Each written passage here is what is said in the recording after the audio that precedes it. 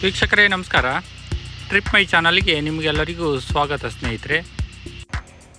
ಇವತ್ತು ನಿಮಗೆಲ್ಲರಿಗೂ ತುಂಬ ಇಷ್ಟ ಆಗುವಂಥ ಪ್ಲೇಸಿಗೆ ಬಂದಿದ್ದೀನಿ.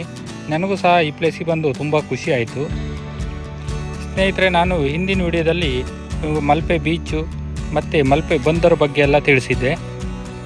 ಇವತ್ತಿನ ವಿಡಿಯೋದಲ್ಲಿ ನಿಮಗೆ ಸಮುದ್ರದ ಮಧ್ಯ ಸುಮಾರು 1 ಕಿಲೋಮೀಟರ್ ಹತ್ತಿರದವರೆಗೂ ನಡ್ಕೊಂಡು ಹೋಗುವಂಥ ಜಾಗ ಇದೆ.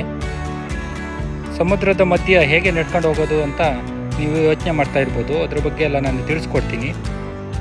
ಇದ್ರ ಹೆಸರು ಬಂದು ಮಲ್ಪೆ ಸ್ಕೈ ವಾಕ್ ಅಂತ.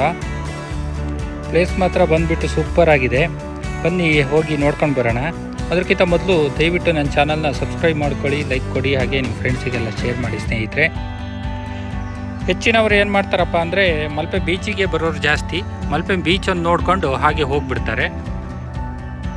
ಮಲ್ಪೆ ಬೀಚಿಂದ ಸ್ವಲ್ಪನೇ ದೂರದಲ್ಲಿರುವ ಸ್ಕೈ ವಾಕ್ ಅಂತ ಈ ಪ್ಲೇಸಿಗೆ ಬರೋದಿಲ್ಲ. ಇದು ಮಾತ್ರ ಸೂಪರ್ ಆಗಿದೆ. ಇಲ್ಲಿಂದ ಸೆಂಟ್ ಮೇರಿಸಿಗೂ ಬೋಟಲ್ಲಿ ಕರ್ಕೊಂಡು ಹೋಗ್ತಾರೆ.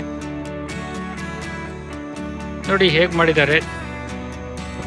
ಮಲ್ಪೆಯ ಮೀನುಗಾರರ ದಿನನಿತ್ಯದ ಕಾಯಕವನ್ನು ಇಲ್ಲಿ ತೋರಿಸಿದ್ದಾರೆ.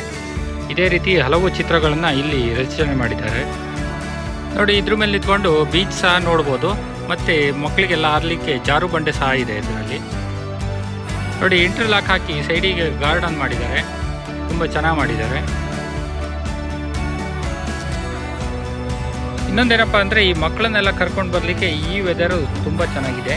ಯಾಕಪ್ಪ ಅಂದರೆ ಈಗ ಸ್ವಲ್ಪ ಮೋಡದ ವಾತಾವರಣ ಇರುತ್ತೆ, ಬಿಸಿಲು ಅಷ್ಟಾಗಿರೋದು.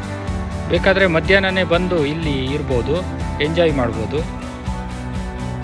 ಇದು ನೋಡಿ ಒಂದು ಮಾಂತ್ರಿಕ ಅನಿಸುತ್ತೆ. ಮಾಂತ್ರಿಕನ ಬಿಡಿಸಿದ್ದಾರೆ ಇಲ್ಲಿ. ನೀವು ಸೆಲ್ಫಿ ಎಲ್ಲ ತಗೊಳ್ಲಿಕ್ಕೆ, ಆಮೇಲೆ ಕೆಲವರು ವಿಡಿಯೋ ಎಡಿಟಿಂಗ್ ಮಾಡಲಿಕ್ಕೆ ಎಲ್ಲ ತುಂಬ ಒಳ್ಳೆ ಪ್ಲೇಸ್ ಇದು. ಅಂದರೆ ಇನ್ಸ್ಟಾಗ್ರಾಮು ಫೇಸ್ಬುಕ್ಕಿಗೆಲ್ಲ ರೀಲ್ಸ್ ಮಾಡಿ ಹಾಕ್ತಿರಲ್ಲ, ಅವರಿಗೆಲ್ಲ ಒಳ್ಳೆ ಪ್ಲೇಸ್ ಅಂತಲೇ ಹೇಳ್ಬೋದು.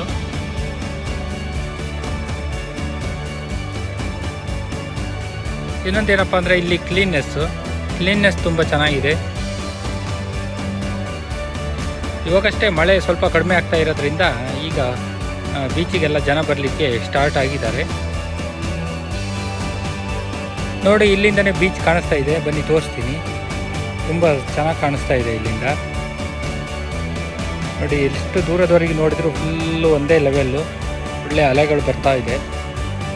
ನಾವು ಈಗ ಬೀಚಿಗೆ ಬಂದಾಗಲೂ ಏನು ಭಾರಿ ಬಿಸಿಲಿಲ್ಲ, ಕರೆಕ್ಟಾಗಿ ಲೈಟಾಗಿ ಮೋಡ ಇದೆ. ತುಂಬ ಚೆನ್ನಾಗಿದೆ ವೆದರು.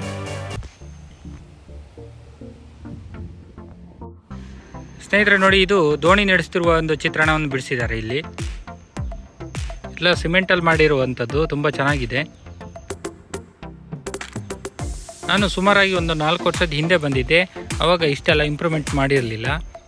ಈಗ ಒಳ್ಳೆ ಇಂಪ್ರೂವ್ಮೆಂಟ್ ಮಾಡಿದ್ದಾರೆ ಇಲ್ಲಿಂದ. ನೋಡಿ ಈ ಕಡೆಯಿಂದ ನೋಡಿ ಗೊತ್ತಾಗುತ್ತೆ.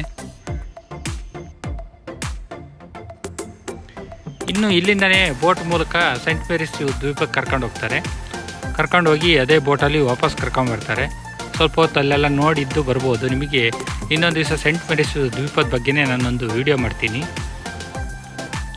ಇವಾಗ ಇನ್ನೂ ಸ್ಟಾರ್ಟ್ ಆಗಿಲ್ಲ ಅಲ್ಲಿ ಹೋಗಲಿಕ್ಕೆ, ಸ್ವಲ್ಪ ಟೈಮ್ ಬಿಟ್ಟು ಸ್ಟಾರ್ಟ್ ಮಾಡ್ತಾರೆ ಇನ್ನು. ನೋಡಿ ಸ್ಕೈ ವಾಕ್ ಇದು ನೋಡಿ ಇಲ್ಲಿಂದ ಶುರು ಆಯಿತು.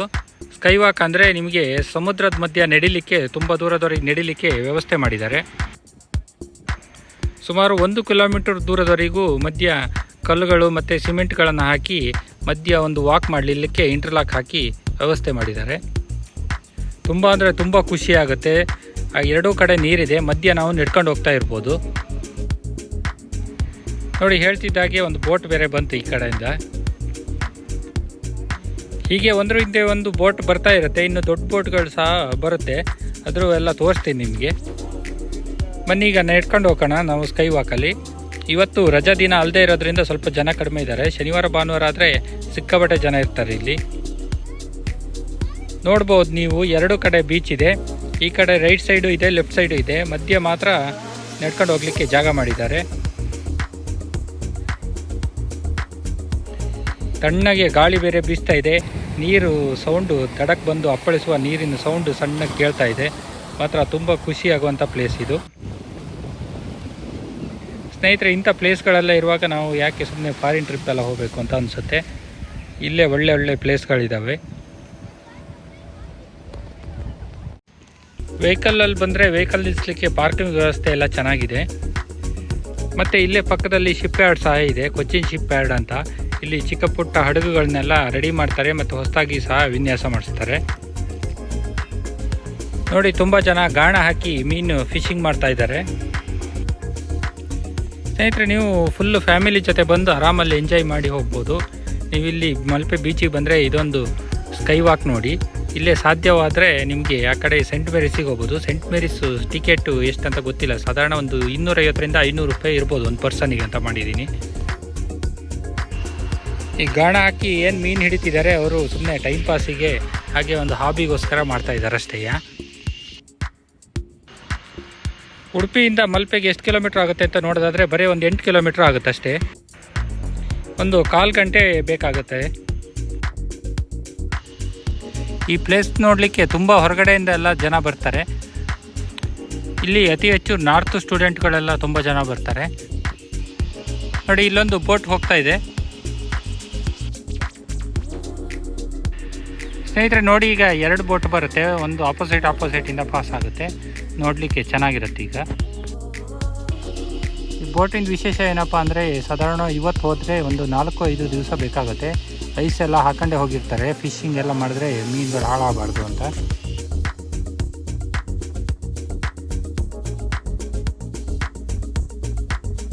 ಸ್ನೇಹಿತರೆ, ನೀವು ನಿಮ್ಮ ಫ್ಯಾಮಿಲಿ ಜೊತೆ ಬಂದು ಇಲ್ಲಿ ಎಂಜಾಯ್ ಮಾಡಿ ಹೋಗಿ ಅಂತ ಹೇಳ್ತಾ ನನ್ನ ವಿಡಿಯೋನ ಇಲ್ಲಿಗೆ ಎಂಡ್ ಮಾಡ್ತಿದ್ದೀನಿ. ಸ್ನೇಹಿತರೆ, ನಿಮ್ಮ ಸಪೋರ್ಟ್ ಹೀಗೆ ಇರಲಿ. ಬಾಯ್.